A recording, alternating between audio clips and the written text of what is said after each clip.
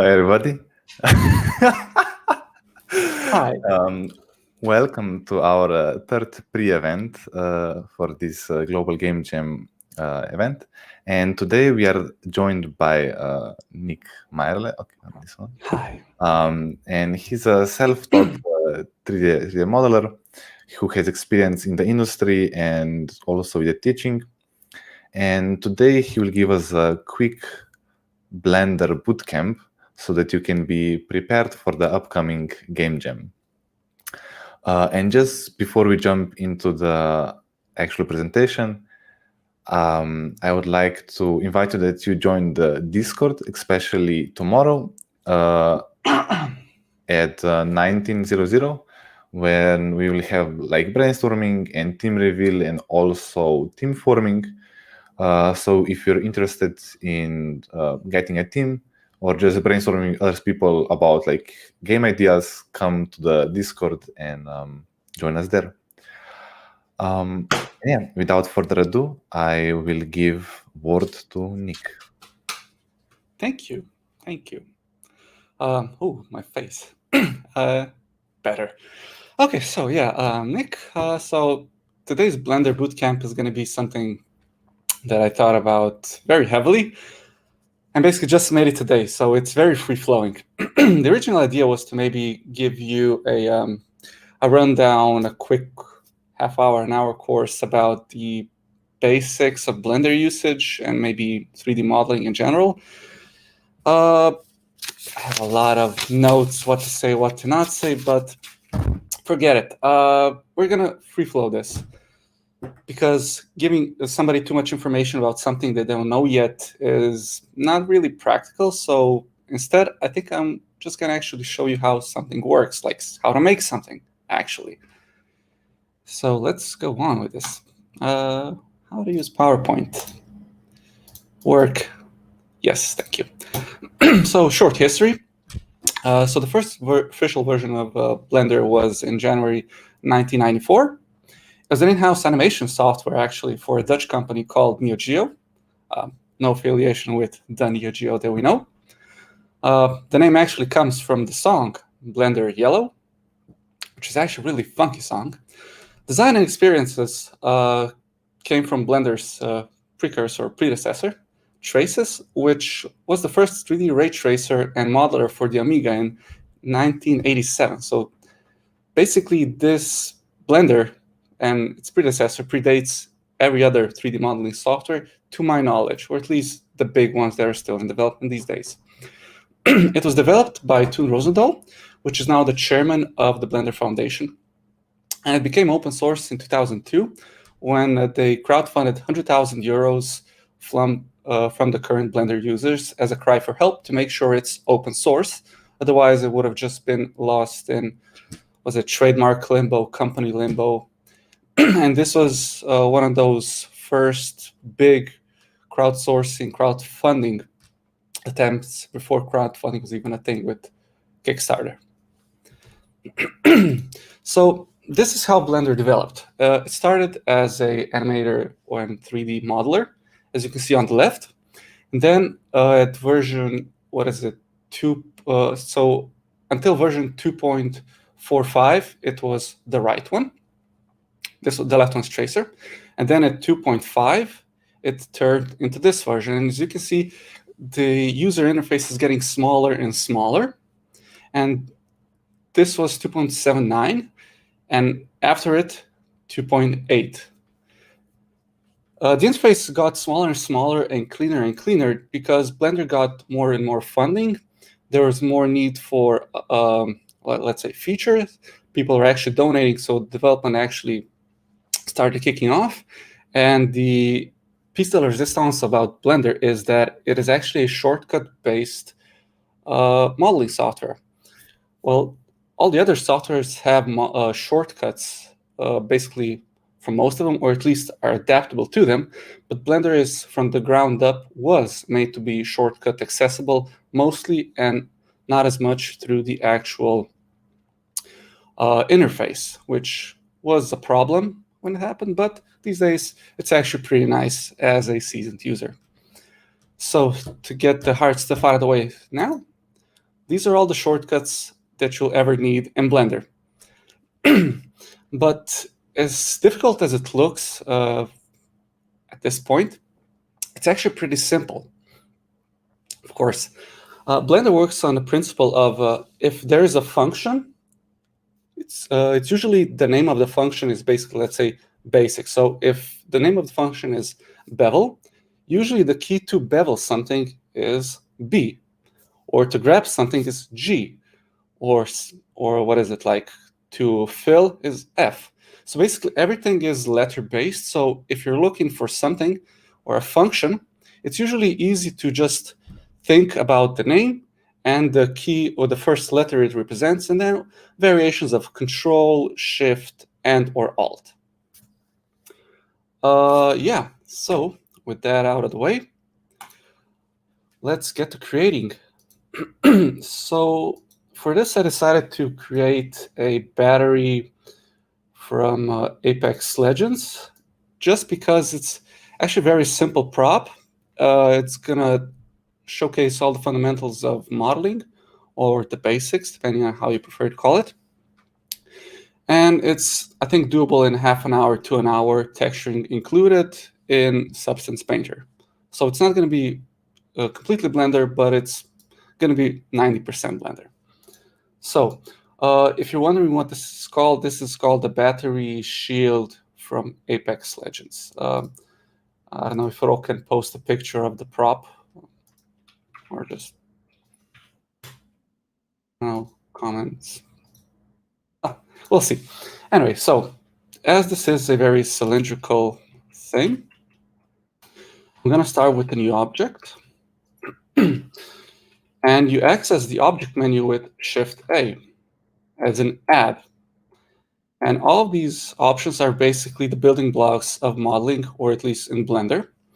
And the first row here are one of the most used ones, or at least the most use you're going to get out of them, are the primitives. These are basically like the plane, cube, circle, sphere, cylinders, all the basic primitives, shapes that you're going to build off of during your time modeling. And as you can see, there's a little underlying under the mesh. That means if I press M, it's going to jump to that submenu. And each and every one of these options here have a underscore or an underline, which means if I want a plane, I just press P. So again, if I would like to make a new object, Shift-A, M, P. That's the power of shortcuts. But I want a cylinder, which is here. Now, I don't know all the shortcuts by heart, but there's just way too many of them. Okay, we're going to start with a basic blend cylinder.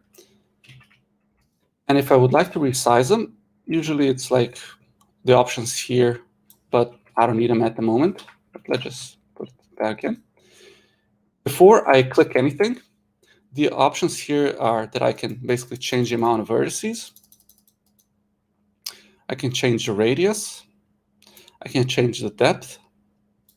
And of course, the basic things such as location and so on and so forth. But usually when you work, you just make the basic one and go from there.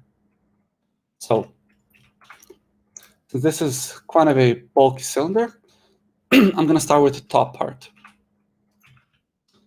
I'm probably going to make a lot of mistakes while doing this because I'm not really thinking forward way too many steps or redoing it. So we're just going to try and make this as fast as possible and as correct as possible. So now, as you can see, it's very jagged, or at least there's a lot of straight lines in it. So to fix it, I'm going to press W and use Shade Smooth. Now this gives us some irregularities, like why are there weird lines, shading errors, so on. For that, we're going to go in this option here, go on Normals, and press Auto Smooth, and it basically clears everything up.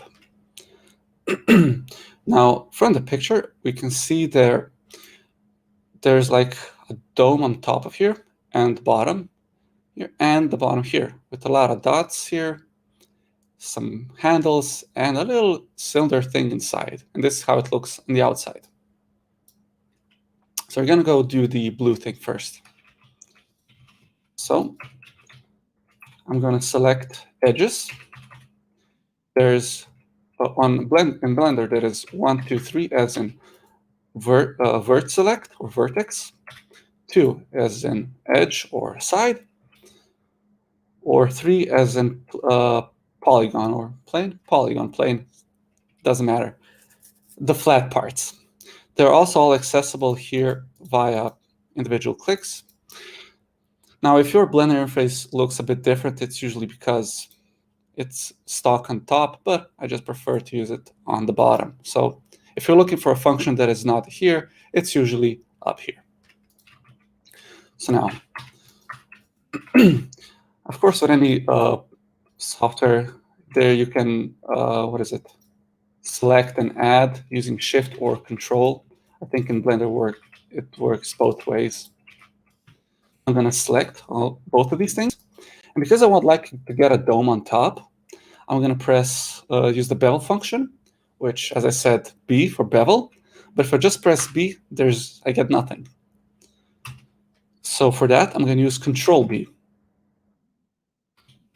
And we already have an error. I selected too much.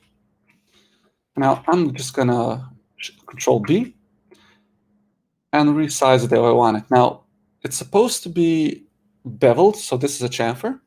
And so for that, I'm just going to scroll wheel up and add a few, let's say, loops. This looks about right. It's not exact, but it's there. Now, we have a little window on the side, as you can see here. So I'm going to try to cut that out, and then I'm going to start doing the bottom. If there are any questions, freely ask them. I can answer them on the fly. I know you enjoy watching this monotone modeling going on, but freely ask questions if you have any end of sentence. So now, it's usually good, or let's say preferred, if you work with Blender on a full-size keyboard, basically have the letters, alphabet, whatever, the cursors, and then the numerical keyboard, because despite there being two numerical keyboards, like above the letters and on the right, they serve different functions. Let's say 1, 2, 3 above the Q, W, E are used, as I said, for the vert, edge, and polyselect. While on the numerical keyboard, it's usually camera rotations, or let's say perspectives, as well as moving props to certain locations or rotation values. Also, if I didn't say it before, if you want to scale something, it's usually S for scale, R for rotate. Yeah, that's about it. It's that simple to try to figure out which button is which. Because I think Max and Max, My, Unreal, and other softwares, usually it's Q, W, E, and R for move, scale, and rotate. So things are not as standard as they should be in Blender. Also, the movement. If you noticed, I'm moving a bit odd, because usually software has like the movement through Control, Alt, middle mouse click, right click. To be honest, I don't know how to use that in Blender. I honestly don't think it's that good, or at least the shortcuts are different, and I use a different one called fly mode. Basically, I can fly just like flying a plane or in FPS mode around the prop, and I can adjust myself perfectly the way I want it without any weird shifting of camera shifting usage going on. And I'm trying to work off of a Blender that is as stock as possible. So basically, any computer I sit behind, I can work with it. But Blender is basically 100% customizable. So now, let's go to the side view. I pressed... Oh, wait, I don't have this thing on. Yes, now we have them. I pressed 1 to go to the side view. Nik, there's also one question in the comment. Really? Should I read it? Give me a second. Which one is it now? You can see There's too many options.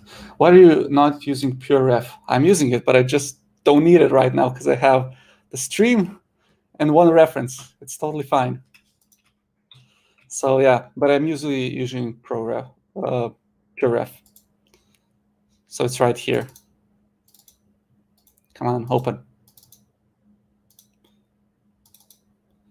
If you're interested how it looks, I mean, nah, you're not interested. Doesn't matter.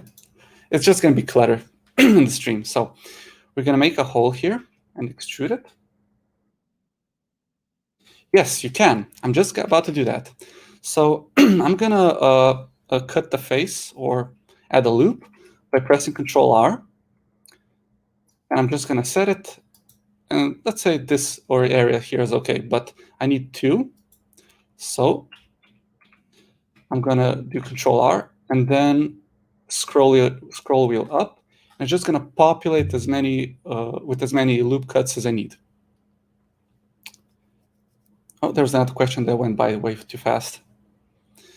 So now I have these placed. And again, I would like to scale them further apart. So I'm going to press S and Z. I'm just going to make them go a bit further from themselves.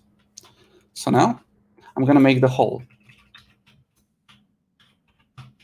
And the comma key next to the 0 is the go to prop key. It's like the F in Unity or Unreal or basically any other piece of software. Reference again. Okay, so it has a hole inside of it. So I'm going to, while in edit mode, I'm going to press E, and I can move it along this axis. Now, because I want it to go inside, I'm going to go push it inside and delete the faces. Now, it also has a bit of bevel. So I'm going to select, press 2, select all the sides with holding Shift, select them. We're going to make a bevel, but as you can see, it's way too circular. So I'm just going to remove the bevels with scroll wheel down. And as you can see, it's also a bit odd looking. So it's not perfect or circular. It's a bit more like a slope. So I'm going to press in object mode, Control A, all transforms, and visual transform. This basically calculates the object as in this is now a different object. Before it was still understood that it is a cylinder, but now we recalculated to a new baseline, a new 0. So if I try now, it should be a little bit better, and it is a little bit more correct. So now the squares are actually at a 45-degree angle the way I want it. But how about the circle with Shift A on the outside of the cylinder, not cutting through it? Okay. What do you mean about the Shift A not cutting through it? I mean, this is my approach. There are many approaches. Like I could literally start with circle and the hole cut inside of it already, if that's what you're asking. I just prefer this approach.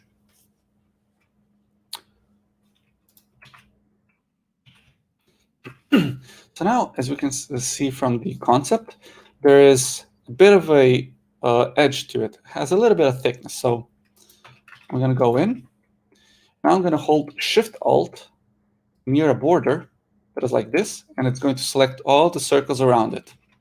For example, if I put my mouse on this area, Shift-A, right-click, it's going to select the top ones. But if I Shift-A on the side, it's going to go select the side ones. This is something I learned maybe a month ago. It's always just flicking it like this. The correct approach also. So yeah, I selected everything.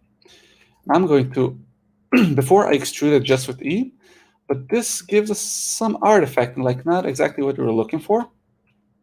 So I'm just going to go back.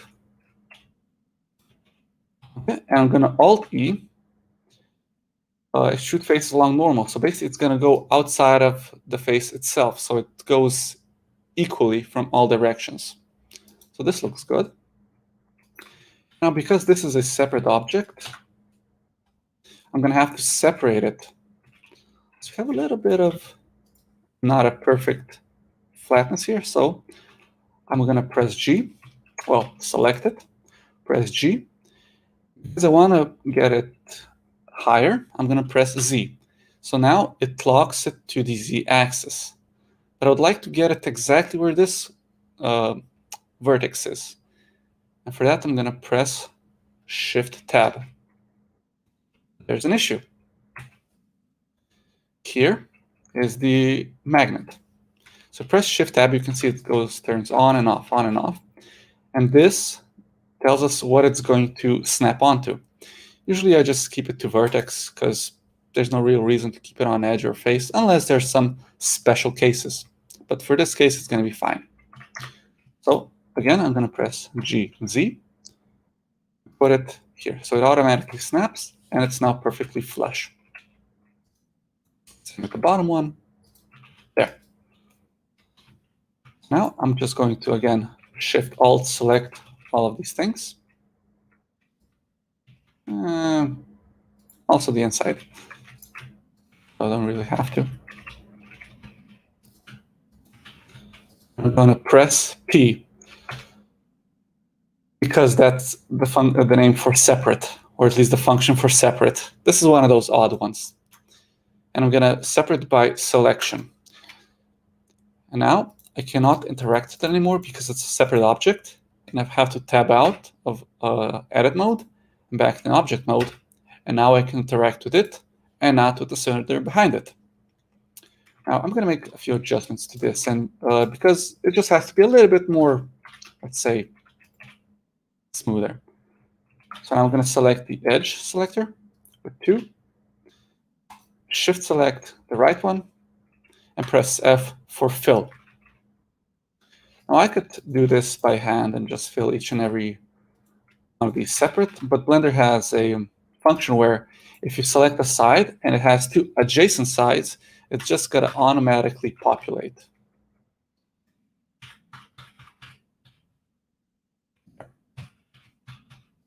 But it's also a bit beveled, so also the tilde, or what is it called, next to the numlock key, the slash, is the separate object. So basically this is the only object I see on screen at this moment. The other one is just hidden. That, or usually H. I don't use it that often. Now I would like to bevel this. Oh, there's one missing. And we have an error, apparently. Something is not quite right. These are the things about 3D modeling, is so very little is needed to produce an error. So in this case, because I can't really fix it, I don't know what's wrong, I'm going to go a different way. I know that these sides are correct. I'm just going to select them, invert the selection, and delete the rest of the faces. And we're just going to delete these because it's really important. I'm just going to connect them again. Oh, here, I see the error. There's a edge that connected these 2 things together. I'm just going to select the edge and delete the edge. Now here it's important, if you select an edge and press delete faces, it's not going to delete it because there's no faces. But if you select delete and vertices, it's going to connect all the connecting vertices with it. So just going to select edges. And the same here. Now it should be perfect. Now it's all around, perfect. Out of the object, Control A, all transforms, visual transform. Now because it has to be a little bit smoother, I'm going to select all of the edges on the outside.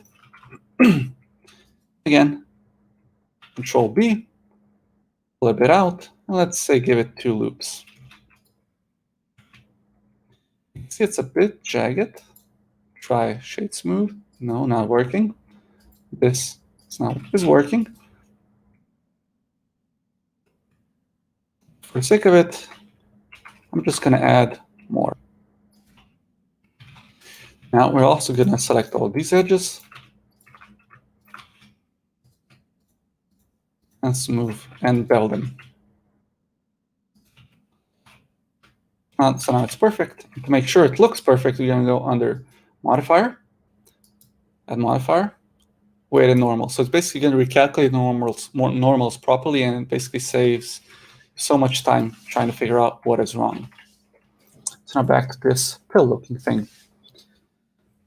Now, since both sides are going to be exactly the same, so let's say the left and right side, I can go to the top side, put here. Let's see which side I have to cut. Okay, so it's here on the bottom. I have to cut the sides. I'm basically going to mirror them. So I selected the vertices on the sides. I'm going to press V, which means rip. It's just going to remove them from, or let's say it's going to split them in half, but it's going to stay on the same position. So top and bottom. And now I'm going to select this part here. For that, I'm going to use the letter L, which makes no sense, but it's a selection. So now I'm going to select all these sides here and press Shift S, cursor to selected. And with that, I'm going to go back to object mode, object, set origin, 3D cursor. So basically now the cursor is guaranteed on the middle here, in case it wasn't before. Modifier, mirror. And then just guess on which axis you need to duplicate it. Basically now I have 2 holes, 1 on each side. But now I'm going to apply it. You can apply it and it's just going to be one solid object now, but I still need it. So I'm going to go in object mode, this thing, select the entire inside of it, bevel it on the y-axis, extrude it on the y-axis, and then bevel the outside a little bit. And it's going to work with the same magic on this side. Questions, please keep on coming. I'm just going to delete this just for the sake of having it be easier. Again, selecting all these sides. And beveling. There you go. Exactly. Do you want to see a trick explained? Type it in the comments. Now we also need this to be duplicated on the right side. So we just select mirror. In this case, it's perfect, but in case we didn't know where the center of this object was, or let's put the center of the object here. So I'm going to put a 3D cursor here. Go set object, set origin, 3D cursor. So now the cursor is here. And if I press mirror, it's going to mirror it based on this cursor. But I would like to have it mirror based on this object, which I know where the center is. I'm going to take the mirror object here, the dropper, and it snaps it. So now let's not save it. It's fine. If it breaks, it breaks. I have some artifacting going on here because I'm just doing it fast, and this shouldn't be the approach I use, or at least I should at least clean it up. But for game jams and just short ways to showcase how to do it, I think it's totally fine. So now we need to do the bottom.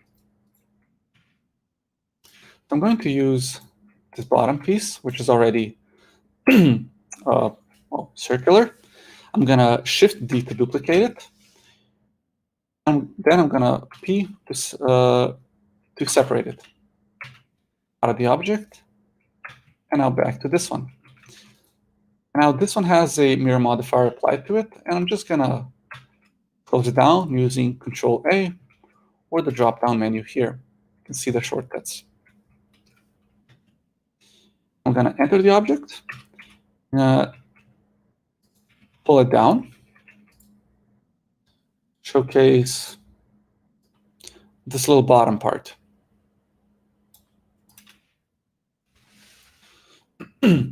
Now we also have to model it using extrude. It goes a little bit down, extrude again, down, and then as to resize it inwards.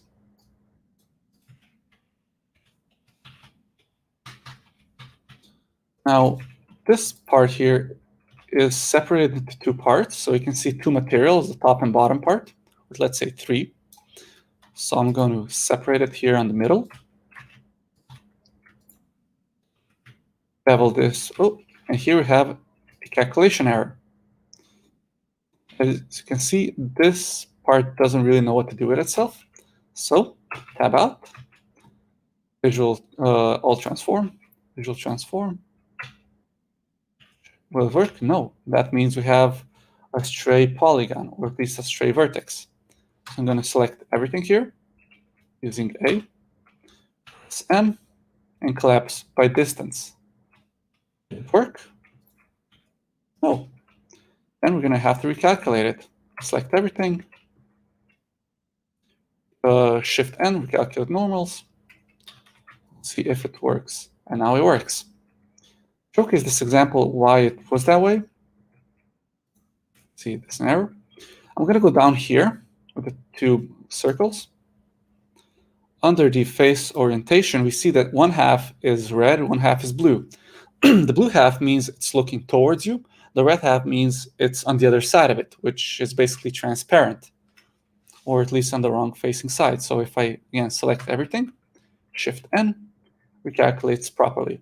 But sometimes you might have to turn it inside out or outside in, depending on the need case. But usually you want it to be blue side out. Now I'm going to bevel this a little bit smoother. This one a little less. It's a little closer. Now to separate it, at least let's do this one also. Here I'm going to press V, L to select, P to separate. Let's do the same here, except first I'm going to do a bevel to make a small hole. And I'm going to E. Now I have extrude, and I'm just going to escape. So now I have the extrude part, the part I want to extrude selected. And I'm going to press S, and I'm going to go in. Now I can shrink it or scale it in any direction I want. I can do it in Y, X, or even Z. But I would like to do it in every direction except Z, which means I'm going to press S, Shift, and Z. As you can see, the coordinates slide up. Usually red is the X-axis, while green is the Y-axis. And the invisible blue axis is Z. So again, Shift S. I'm going to go inside. Transform, visual transform. I'm going to go like this and bevel the sides. Also, it's important to bevel the inside parts just because it's going to look nicer when it's shaded.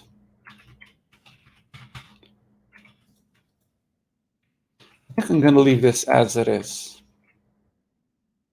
Just hopefully it'll show a feature or give a good example of what I'm going to use it for. Here's the bottom, F, then bevel, slide bevel. Now we're going to go on this part. I'm going to make the little dots. So I'm going to select everything, subdivide, or at least let's not subdivide. Let's just add more loop cuts. Something like this. I'm going to select everything, go under face, and poke faces. This is basically going to take all the polygons there are and make them go inward in a triangular fashion. Now I'm going to select one of them, go under select, and no, Shift G, amount adjacent faces. What I want is for all the middle ones to be selected. So now I have these bottom parts being selected, which I don't need or want. So I'm going to press Z, and I'm going to change from solid to wireframe mode, which is going to make it transparent. And now I'm going to press Control and just drag along the bottom and the top, basically deselecting everything else. And now Z again, and back to solid. This is just the error from before, which, forgot about this, but doesn't matter. I already have this selected. I'm going to do a bevel, but it's not going to be a control bevel. It's going to be Control Shift bevel. Basically, I'm going to extrude it outwards or inwards. No, it's outwards. It doesn't matter. Until I have a shape like this. And now I'm going to press E for extrude. Escape. Now S, Shift Z to go inwards. Now we have a bunch of squares going inwards. What I really want is these to be circles. So I'm going to use a subdivision modifier, which is available under modifiers here, under subdivision surface. This basically transforms, let's say, cuts one polygon into 4 pieces. So it adds a lot of geometry, and it also tries to smooth it out. In this case, I need more than 1. I need, let's say, 2. Also, subdivision modifier, it works under as Control 1, 2, 3. It basically just adds the levels of subdivision. Smooth, smooth, perfect. Let's put a weighted modifier or weighted normal, which is just W. There are way too many dots in this, so let's just go back and just select, I don't know, every few dots. Doesn't really matter. There are other ways to select these things, like you can select the pattern and then just keep on pressing plus, but let's not do that. We do again, Control Shift B,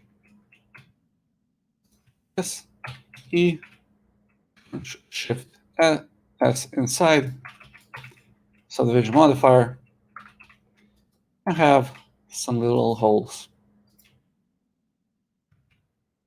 Actually, try this. Come on. Oh, it's Alt. Is it Alt? It's Alt. Okay. Basically, Alt J removes all the triangles. Perfect, but it's good enough for our example. Basically, we have a few holes, and now the top part.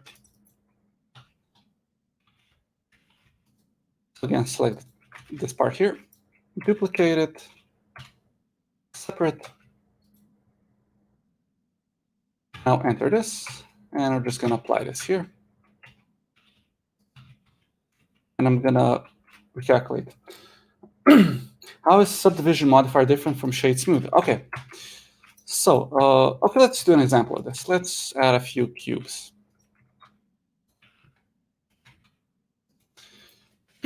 Or let's do it like this. This cube is going to get a bevel, 0.2.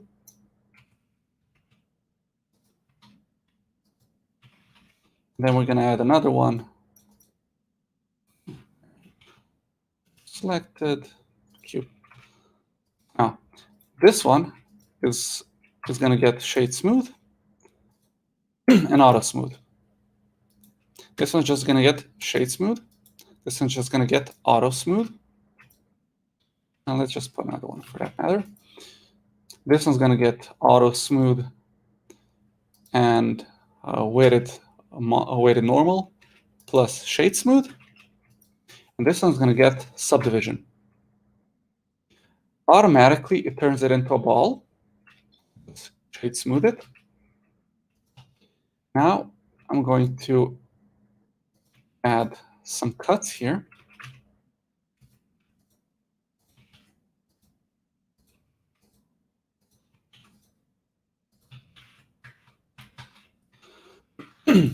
I'm going to add another one.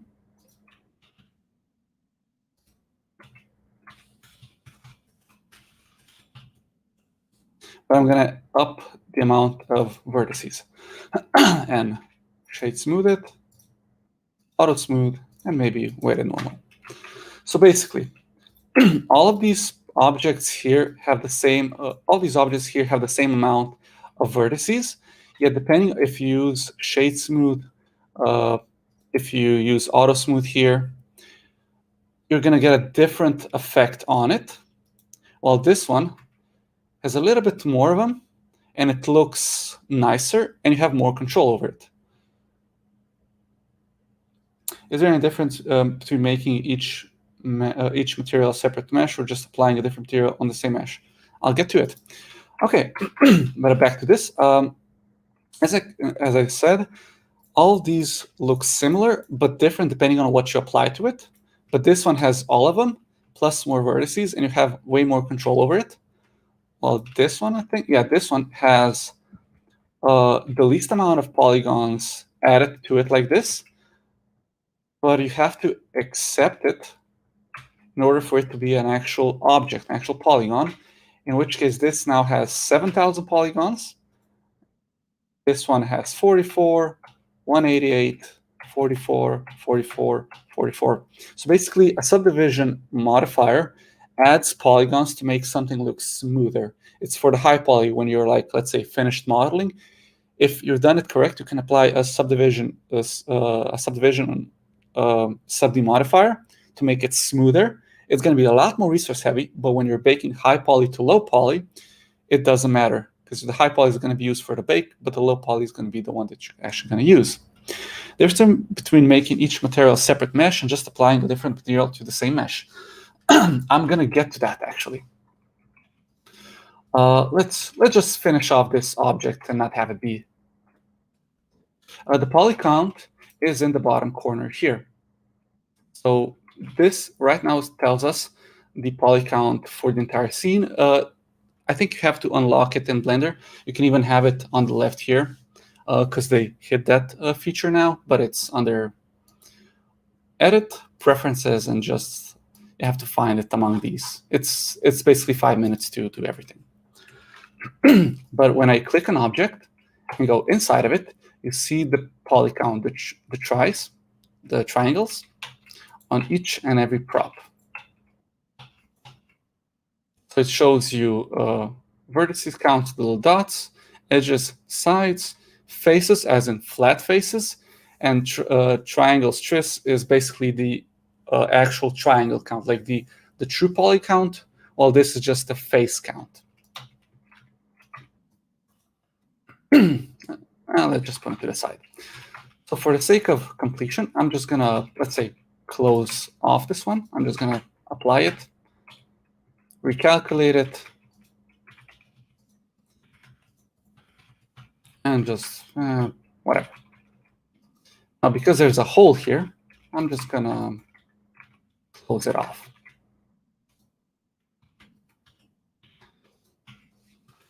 So, there we go. So now, I'm going to have this object, except whatever. I'm going to select all these objects and duplicate it. So the first objects are, let's say, collection 1. I'm going to press M to move and create new collection. So this one's going to be called low. So the first one, the collection, is going to be the one that's going to have the high poly. And when I press 2 in object mode, it switches between the layers or containers. Now I'm gonna try and make this low poly. So this, at this moment in time, has 1,920 polygons and a few n-gons. So I don't really need this. Because I was being so careless about everything, I'm gonna have to fix this, which is easy. I'm just gonna select this part here, this part here. Can't rip faces. Well, that's a shame.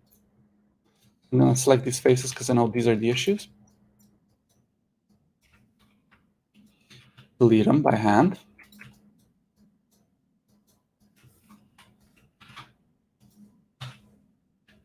Something else is holding.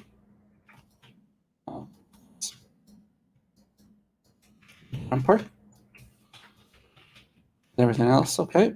No, it's still holding. This part, of course. Then I've selected and invert the selection. I'm just gonna delete everything here. And I'm gonna delete all of these sides here. So now I have basically nothing. I'm gonna connect them. And I'm gonna F. Because this is supposed to be game ready, I'm gonna reduce the amount of polygons. And even these ones.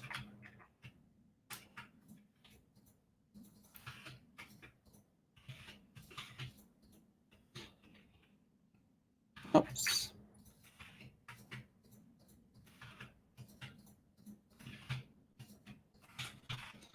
Now let's say I have a lower poly object.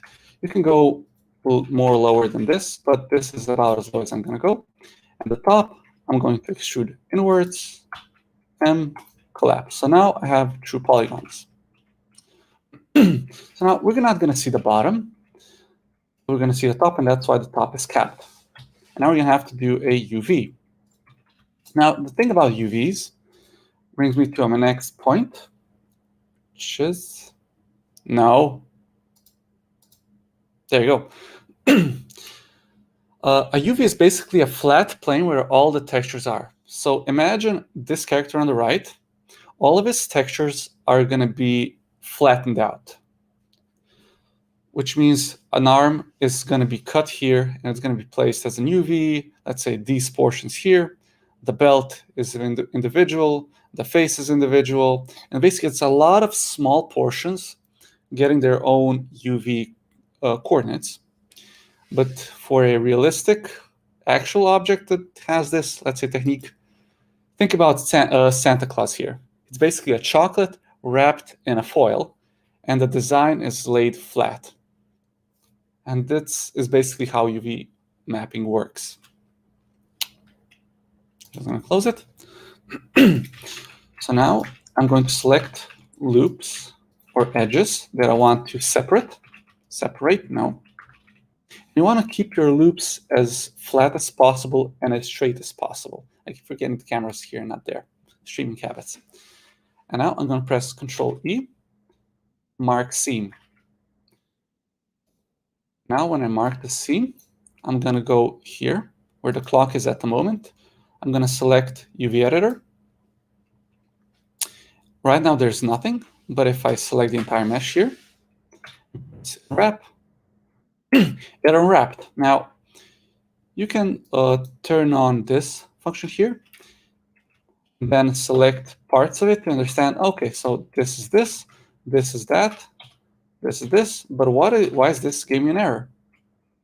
Because there's no loop cut, or at least no edge that has been selected.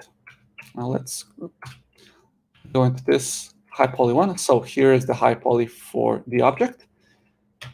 And this is the low poly, which means I cannot put a loop cut here. So I'm going to put it on the side here. Mark seam, wrap, and now it's perfect.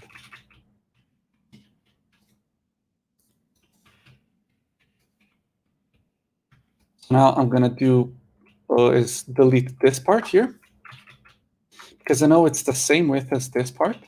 So I'm just going to take this, extrude it downwards,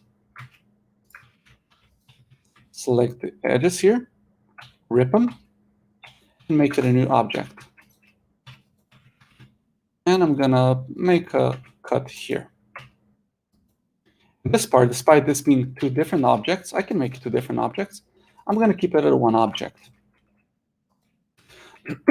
Now, this, because we have so many polygons here, we have to reduce them, but at the end, we're gonna have a bit of an angular, a bit of a rough angle. So usually what I do is I select the lowest, let's say loop, and bring it to the second one. Then I take the first one of this one, delete it, and slowly delete the rest. I have a little bit of a bevel, but when you really want to optimize something, you have to just flat out delete it. We're not going to delete it right now. Now this here, we have a hole. So when it's going to bake, we want it to bake on a flat plane. Again, we'll select these parts and just merge them. Now we don't really need them. We're going to delete them. And there's too many polygons here, so we're just going to remove a bunch of polygons. And we don't really need the bottom, so we're going to remove the bottom. And again, we're going to make a edge cut somewhere here, or mark seam, wrap. Now you can see this one is not really that straight.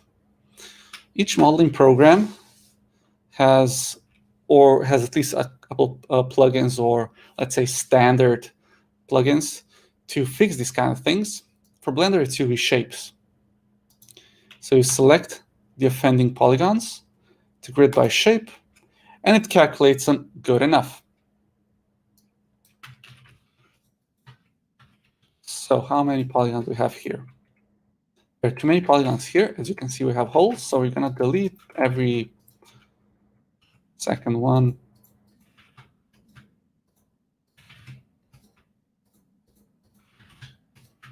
Just so we can plug those holes. And I'm going to add a new mark seam, unwrap, grid by shape. So basically, this is our finished project or product. So now I'm going to have to start naming them. So this bottom part, I'm going to call it bottom high. This middle part is going to be, what should we call it? Mid high. For these two, I'm going to join them into one object. So it's going to be called top high. So for this to work, I'm going to go to the low poly, top low, mid low,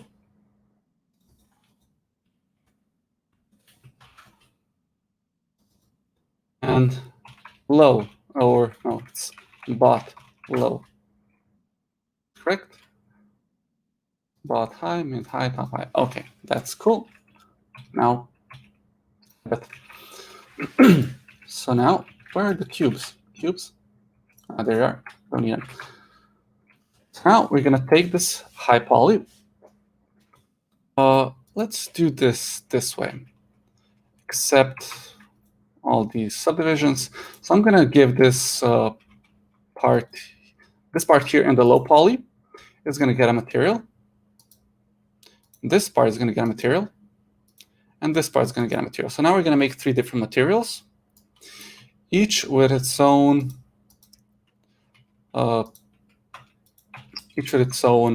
polygons or texture. Pardon me, texture. This and pack. The problem is here we're going to have this. We have this little marking. So how do we separate them so we don't texture those things the same? So on the high poly, we're going to go to material preview. And here on the high poly, we're going to add textures. So we're going to add a new here. Change the base color. It's going to be red. This one's going to be blue. And this one is going to be green. Another problem. This part, we want a different color. I have to go inside the object, select it, Also this one. And we're going to add a different material, new, and give it a more yellowish color, assign. So now we're going to get to those textures. I'm going to export it.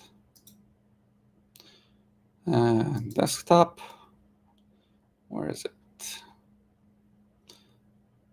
On a bootcamp, let's say model high, selected objects. I'm going to select these, export, model low. Now we're going to go to substance. So we go new, select the engine for which we're aiming to get. We're going to go under the, where is the bootcamp, and insert a low poly model. There you go. You can see a bit of the jagginess and the holes, because if we were to export it out of Blender with the red faces, it would look exactly like this. It would be transparent. So now we have 3 materials. And of course, they're reversed. Perfect. So now we're going to go into texture settings.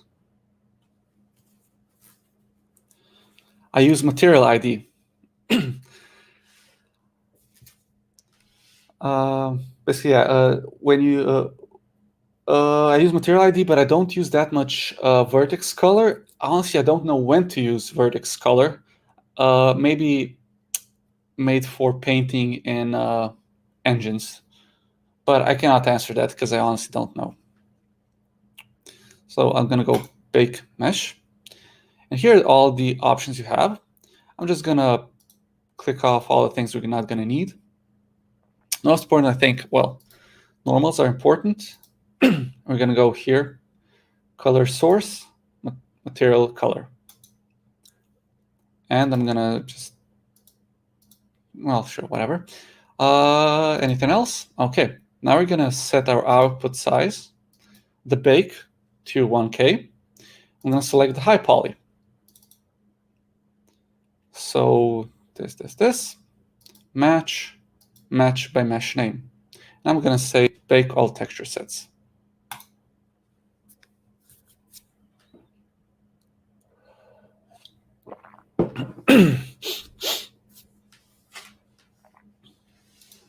So now we have this high poly baked to the low poly, and of course, as I said, we're going to get these artifacts, but for this case, it's totally fine. Although sometimes there are examples where in Substance the bake is going to be perfect, but when you export it to Unity or Unreal, there can be additional errors which you're going to have to go back and forth and fix, but those are from a case-by-case basis. So now, as you can see, we have this object baked. It looks pretty good. It's so instead of what 27,000 polygons, it's about 620. So now we're going to apply just some basic texture. So let's see, this is the top and bottom. Okay. So we're going to go into layers, delete it, and I'm going to put a just generic metal. Load. Thank you very much. How about just a, I don't know, iron ore, just for example. So you can see this is the material on this, but these are 2 different colors. One way to fix this is going into the material, add a black mask, and then we're going to go switch to 2D and 3D. I'm just going to paint on top here a mask. This is, we're painting a white mask. So we're saying, okay, this material is going to appear only on these areas. But now I want to add a different material. I just drag it in and have a different material. Luckily, this fits. The transition is fine. Go on to the next one. Or you can, let's see. Nah, I'm not going to make it perfect. So now let's go to the middle part. Middle part is straightforward. I'm just going to put another material. Oh, no, wrong one. No, it's correct. It's actually correct. As you can see, it works totally fine, but I would like to have it be a different color. So I'm going to go in Substance and choose the base color to this, because why not? And now here we are at the prop with, which one is it? This one, with two textures, or yeah, two textures. So I'm going to put a bronze on here, and it coats everything in bronze. But because I gave those props two textures, I'm going to go add mask with color selection, choose color, and now it gives me an option. And now I can just pick the green color, and it's going to automatically color this in. So now if I use, let's say, a gold, and because it's under it, it's going to color the rest of it gold. But if I did it the opposite way, it wouldn't work, because gold is above everything. These are layers, and this one is under it. Now you can see there's some artifacting going on here, like what is going on, where is the green, and it's basically a different shade of green, which makes it wrong. Oh no. I don't use Blender for those kinds of things, sadly. But thanks for pointing it out. But yeah, I left an error intentionally, which I hope it's gonna fix. So when I did this, when I joined them, the inside here, let's just move these parts. Move them through. Usually, you want everything to have at least a bit of a bevel, because this is flat. This has no logic behind it. Nothing is flat, flat, angular, flat. So I just want to select it and give it a small bevel. Now we're going to return this. Now we're going to re-export it under high. And we're going to bake, well, let's just do everything. Bake all texture sets. And it should fix the issue most of the time, unless it's something else.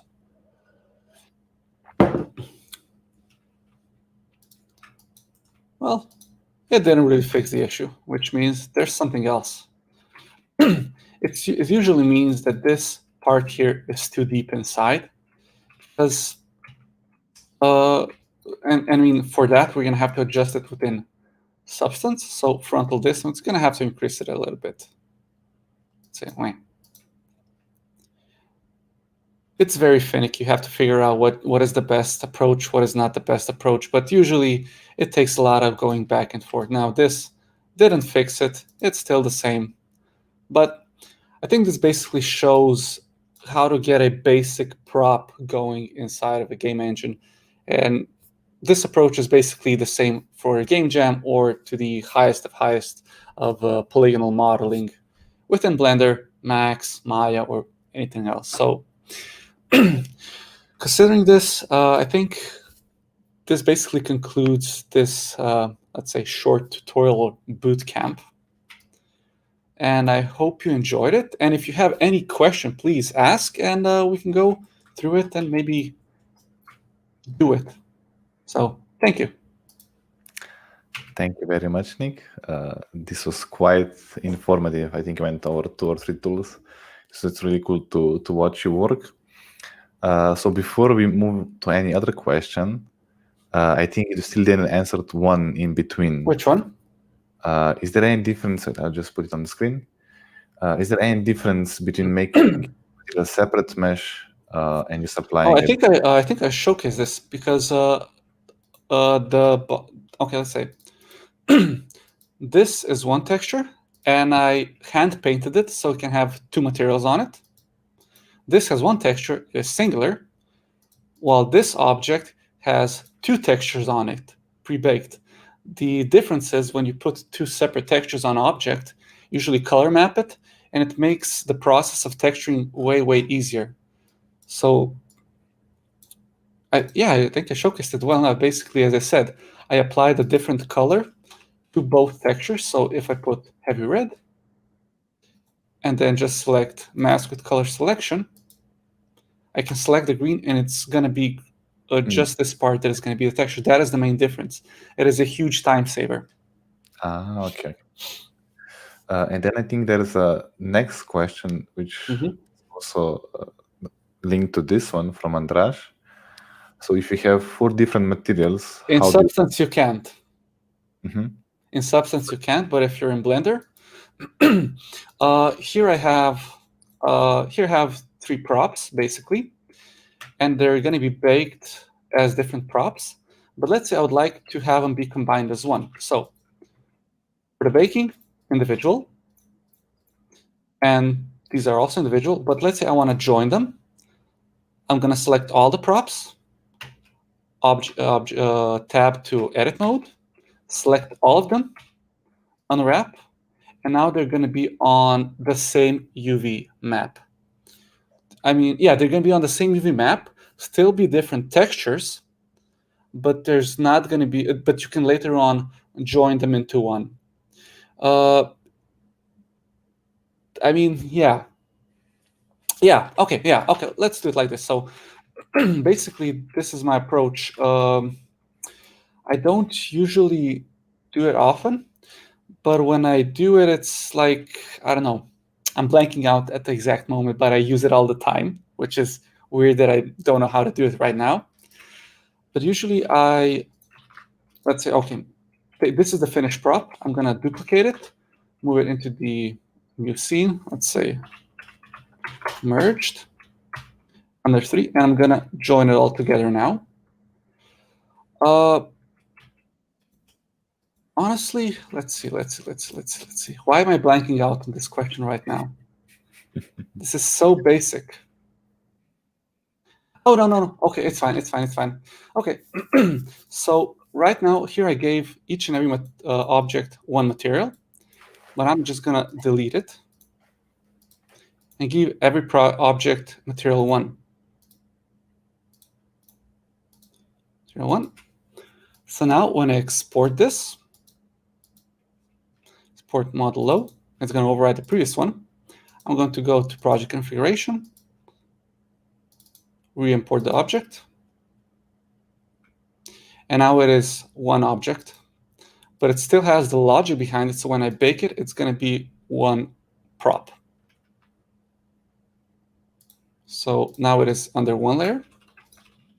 So now if I insert a bronze armor, it's going to be like this. I'm going to select the color.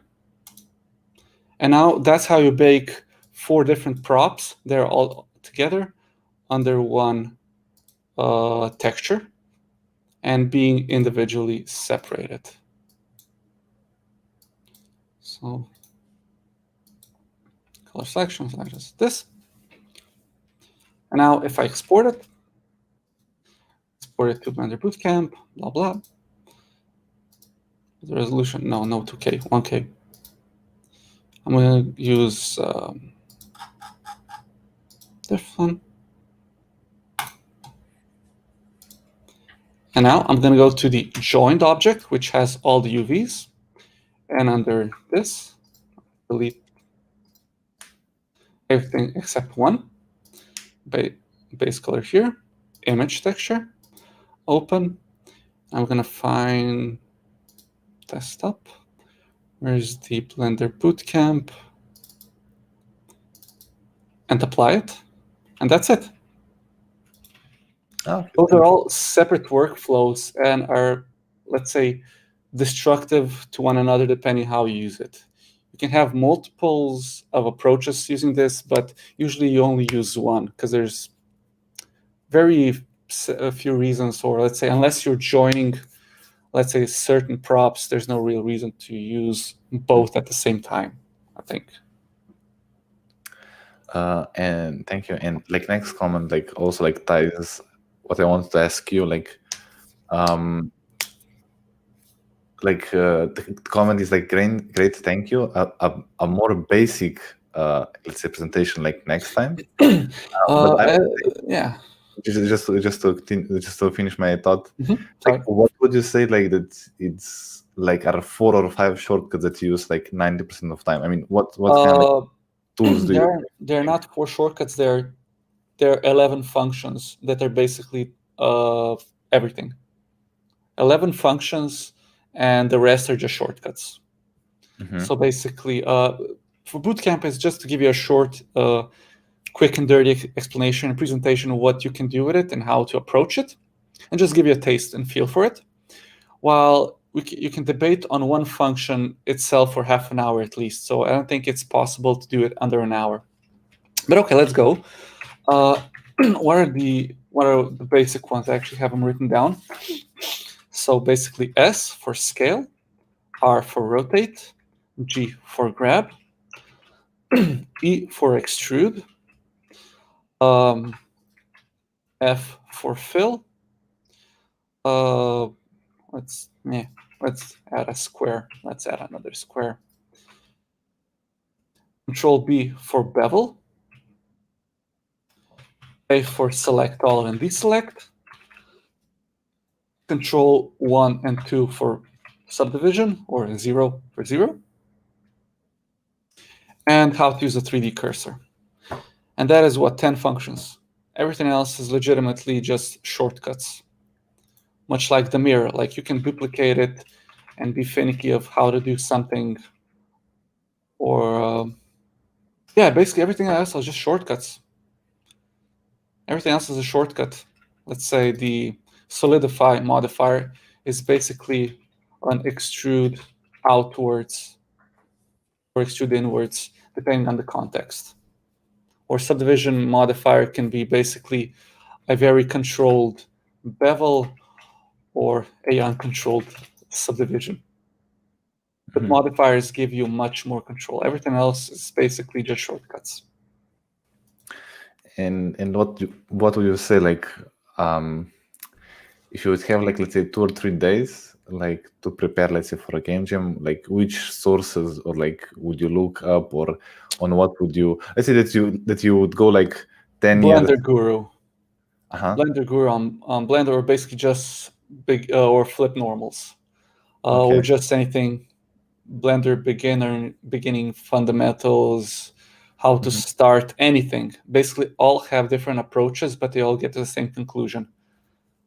You can't go wrong. But yeah, Blender Guru and Flip Normals are my recommendations for those. They're basically professionals for this, and 1,000 other people. So yeah, you can't go wrong. Can I do a mug handle? Okay. I'll connect smooth edges. So let's do a mug handle. An entire mug. And coincidentally, I hate doing mugs because it's so stupid. I did so many mugs, and it's always the handle that is horrible. Okay, so I did a cylinder. I removed the top and bottom.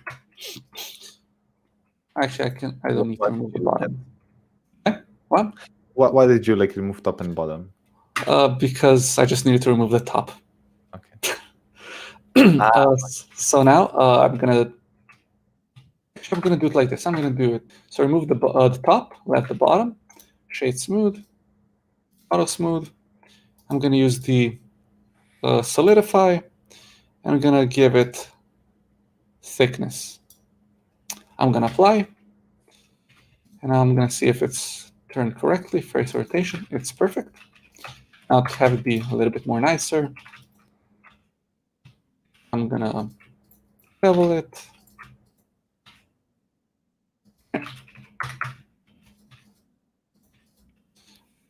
Add a weighted normal, and I'm gonna add a threaded mug handle. So I added loop cuts, about 1 million of them, doesn't really matter. And now I'm gonna select these ones and the bottom ones. I'm gonna extrude it out. More loop cuts. Delete the bottoms and top portions. Now I'm going to join them. Now it's smooth enough to be seen from afar, but let's make it nicer. You can always just, bevel the heck out of it. Errors. Always bevel the heck out of it, and then it's just a question of how much time do you have to adjust these things. Because it basically just comes down to that. Like it's 10% of the time to make the basic object and 90% fixing or adjusting it. So if I would bevel everything here, this is of course imprecise, but that's awesome. I mean, it looks you understand what I'm trying to do. The other approach would be to make a curve, Bezier curve, and make it a separate object, which I think is the better approach. I'm going to add it somewhere like here, something like this. I want to make this mug a little bit more sexy. So we're going to move it like this. Yes? Want to say something? Oh. Like, the third option which Chandrash proposed is making a bridge, making a bridge. No, a bridge. How do you call it? Bridge. I forgot. To make it bridge edge. No, bridge edges. Or what's it called? Bridge edges, fill, join, merge. Yeah. There you go. We have a little bit more of an organic handle.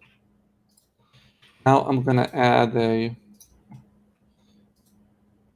not shape keys, this geometry. Add a little bit of thickness to it. Now I'm going to make it straight. A bit. There's your mug handle. And again, as I said, it doesn't have to be the same object. It can be a separate object, and you fix the errors, or at least shading errors, or look of it using textures, or even like this. It doesn't matter. Or you can go crazy, convert it to a mesh. Maybe just, where is it? Say like this. Rotate it to be flat with a little bit inwards. And then scale it up as an extrude it outwards. And maybe add a little bit of bevel here, just to make it look like it's connected to something. It's a lot of finessing. And can you do the fourth option, the circular spin? How to make a mug? It's from the first question, like extrusion and spin. If you know what I don't use the spin, honestly. I mean, if I understood it correctly, I mean, this is usually used for vases or vases. If I remember correctly. So, curve, add a, what should we call it? See, I don't even know how to approach it. I think it's not a screw, is it? Yeah. But I don't, if this is what you're asking for, I don't know why you would use this for making cups. It's usually used for vases, vases. At least that's my point of view. I prefer to go from primitives as have more control over this, because now I have no idea how to even make a cup out of it. But this is more like shaping a clay, or what do you mean? Yes, and it's not clay. You're just basically controlling one polygon curve, and then it just spins it around itself and makes an object. If you imagine, that movie, where that's famous actor, like when you have like Yeah. hands, and it's the same thing when Yeah, okay, the approach, yeah. But at the end, you just get polygons. But this approach is way more dirty than if I would have made it in a, let's say, cylinder, because I have control over how it goes. And I would just do it like this.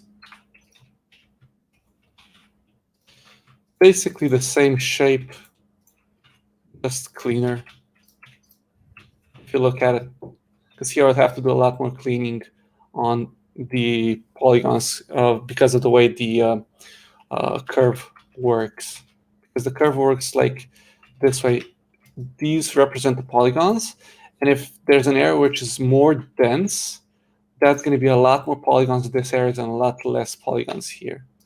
So if I make this a bit thicker, make it into a mesh, you see there's not many polygons here and way more polygons here. There's a lot less control, but it has its uses, much like everything else.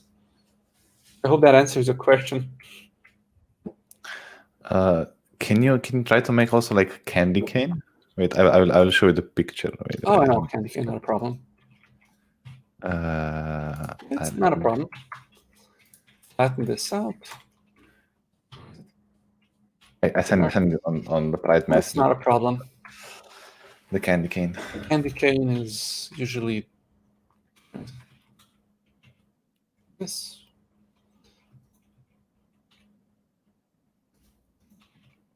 Usually this, but if you want me to texture it, then no. I'm not gonna. I'm gonna make a shader for that. I'm not gonna make the shader. I honestly don't do shaders. It's just a logic that doesn't work with me. I would love to do it, but it's just not in my. I don't know. Where is it?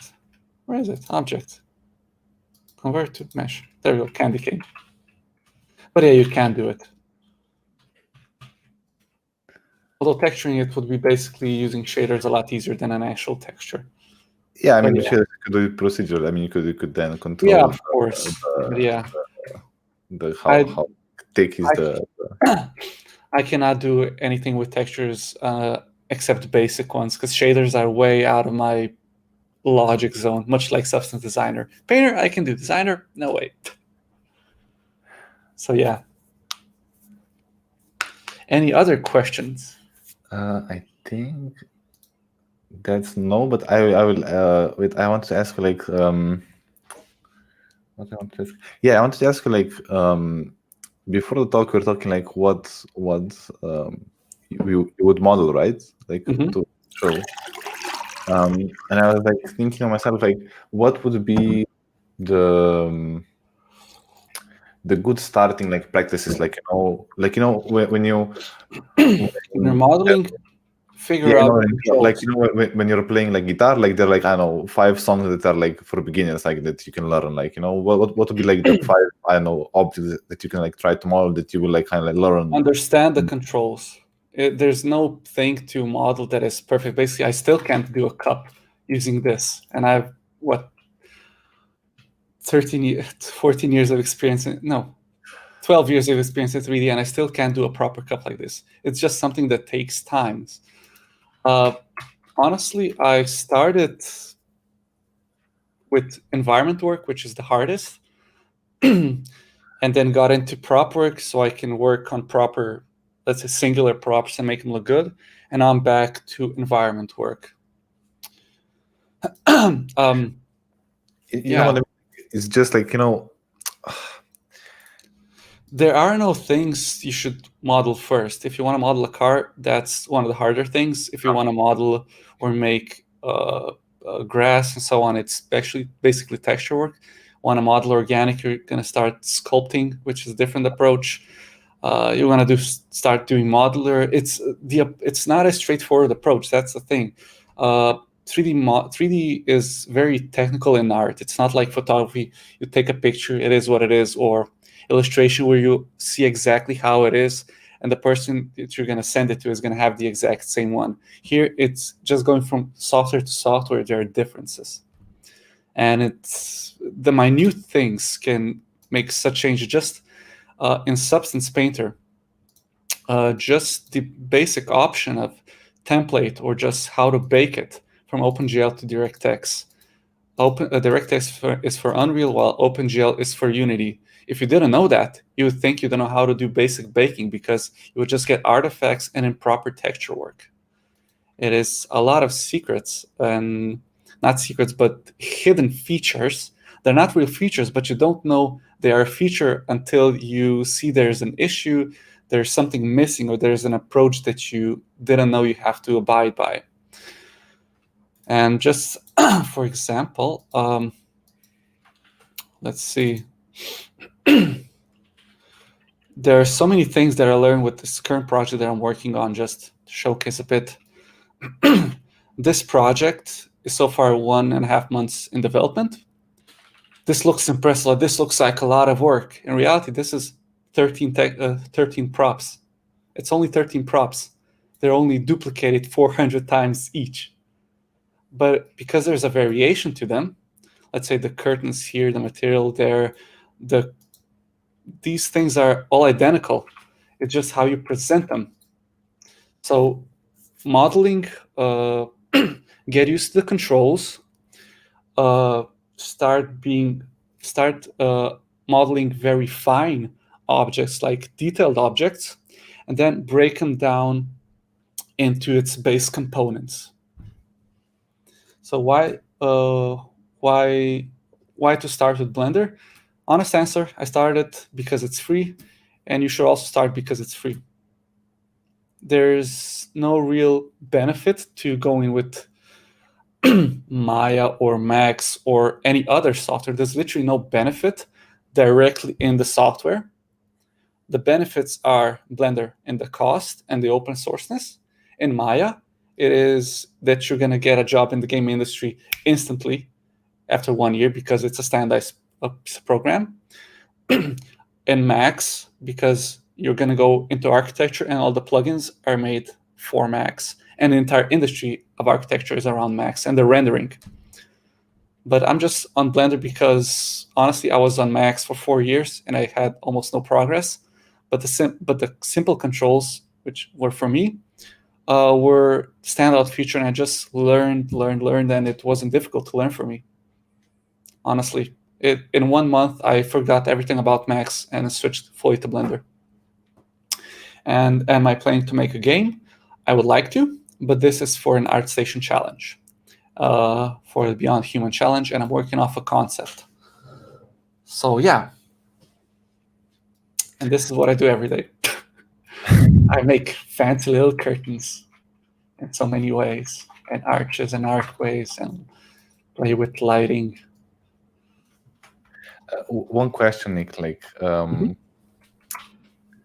what would you recommend, like something like starting out? I mean, you said that you started in Max, right? And then switched to Blender, but would you recommend somebody? I mean, let's say that you want to do, I don't know, 3D modeling for game, or maybe 3D modeling for, I don't know, for automotive design. What would you recommend? There's no difference between the modeling program. It's whichever program feels more natural to you, but if you can adapt, they're all the same. They all have the same functions. Some features are hit or miss. Let's say Maya doesn't have modifiers, yet it's used in the gaming industry for some reason. Max does, and it's not. Blender has them. Or let's say Houdini is used a lot. It's for modeling, but not modeling first, but it's procedural modeling. Basically, you give it some coordinates. Let's say you make a tree, and then you say, okay, I would like X variation of branches or X shape of the tree. And based on the base that you inputted it's going to make 100 different trees spread out based on whatever calculation or math equation you give it. Whereas with Cinema, you could basically do the same thing with Cinema. It's just made more for, let's say, motion graphics. In the end, they're just tools. There are no real benefit one tool over the other, except within the industry. As the tools by themselves stand, they're all pretty much equal.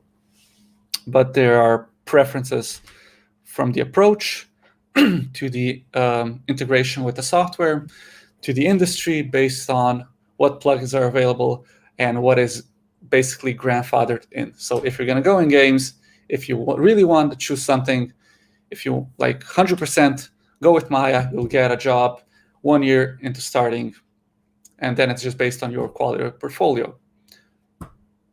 For example, I still wouldn't take Maya because I just cannot use the software, but that is my personal choice. So you would say that like that you should learn like techniques more, not the tools. Learn the fundamentals of 3D.